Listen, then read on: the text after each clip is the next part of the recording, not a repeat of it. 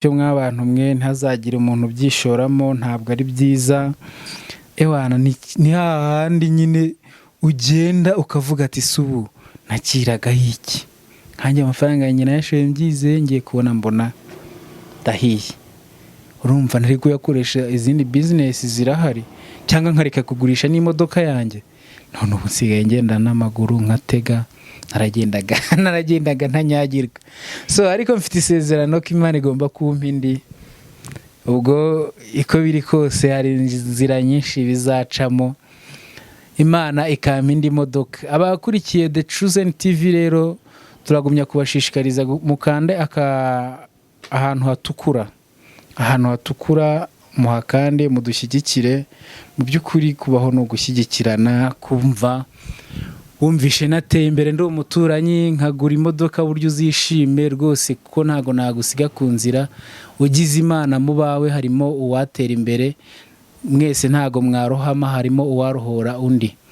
Rero rwose kudushyigikira ni inkunga ikomeye, n'abandi bagiye bazamuka gutyo babikora. Rero iyo umuntu afite Imana yiyumvamo kandi akayikoresha, sibyo? Rwose ntimuzatume banyirukana mwuka byaramwe bambwira ati nabuze abantu bankurikira. Ariko uko munkurikira niko bose avuga ati wa muntu arashoboye, wa muntu afite ibintu byubaka, sibyo? Kandi content nge nzajya mbagezaho n'ubundi ni nkizo zubaka, sibyo? Ntago nzemera n'impamagaro kangisha inama ngo giye gushaka muri online, no. Ntago nzemera ko umuntu wari we wese shora muri business ya online. Icyo ni ikintu kizira kikaziririza, nta muntu n'umwe nzabyemerera. Ubu nabarangije kubona isomo. Ubu ikintu Imana itaguha giciye mu nzira nziza iyo ukireka. Urumva jya ukunda gusoma kino gitabo, iki gitabo cya Bibiliya ubundi kikemura byose. N'uwaguha ubuhanuzi jya ubugenzurisha ijambo ry'Imana. Jya ubugenzurisha ijambo ry'Imana, bizagufasha. Yes, ndasuhuza abantu badukurikiye, by'umwihariko nkasuhuza umugabo uri Uganda bita Byaruhanga Freddy.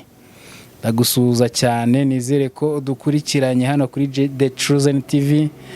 Nkasuhuza uwo bita Valence biteye amakuru meze neza. Nkasuhuza na abahoze muri STT bankurikiye, mwese mumeze neza. Yego, mugumye mumere neza kandi mube mukomeye, ndabakunda cyane.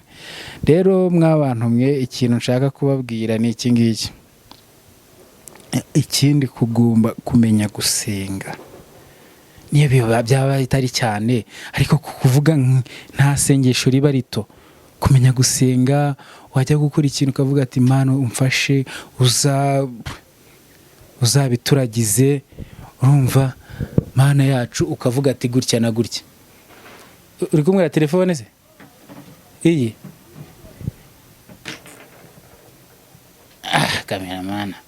Cameraman nawe aba yanesheje umutwe, ariko ureba ndabikatinga. Mukamenya gusenga, ukavuga ati gutya na gutya. Urumva wajya gutega ukavuga ati Mana ndinde, watavuye mu kazi ukavuga ati Mana wakoze. Mumenye gusenga, nta sengesho ry'umunyagara, sibyo? Menye gusenga. Ariko muramwe muzi ko niyo igisambo kigiye kwiba kikavuga ati Mana undinde, uzi ko kivaye amahoro? Ntago mbabwiye ariko ngo muzajya kwiba. Ntago mbabwiye ngo muzajya kwiba, ariko nyine no kugira ngo mbereke ko isengesho rifite ikintu rimaze. Isengesho rirakomeye, ibintu kubirinda isengesho nibyo by'ingenzi. Byose ukavuga ati Mana umfashe, Mana ngende imbere, bino bintu aba ari wowe ubikora. Mbese muri make ukavuga ati iki kintu Mana kubera iki kitashoboka. Urumva mu by'ukuri iyo wasenze nta kintu cyaba kibi. Na bya bindi wenda Imana warugiyemo itagushyigikiraga, iraza ikavuga ati uyu muhungu wanjye ndabona mu by'ukuri yanyubashye, nibura hari isengesho yateye ikagushyigikira, bikagenda gutyo. Rero abantu bakurikiye The Chosen TV, ndagira ngo mbabwire ntimuzongere na rimwe gukora biriya bintu. Ndabasabye, ndababwiye ati ntimuzongere, ndabahanye, mberetse ingero nyinshi. Ndababwiye ati mukunde gusenga, niyo nabahaye urugero rw'igisambo cyajyaga kijya kwiba kigiye gutobora amazu y'abandi kiba manu ndinde kandi kikavayo amahoro. Icyo mbabwira cyo ntimuzasenge mugiye kwiba, ariko menya business ugiye gushoramo ni iyihe.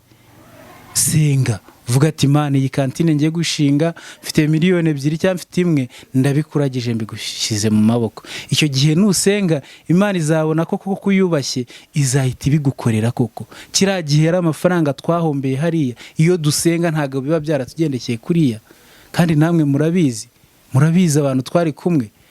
Rero mwakoze cyane abari badukurikiye, mwibuke kudukurikirana, share, comment, ni inkunga ikomeye cyane. Njya nkunda kubabwira ati Musana papa wanyibarutse, iyo mudukoreye ibintu nk'ibyo ni inkunga ikomeye cyane kandi biratumotiva. Sawa rero, ciao ciao. Kamerama turabasezeye abantu kuri The Chosen TV.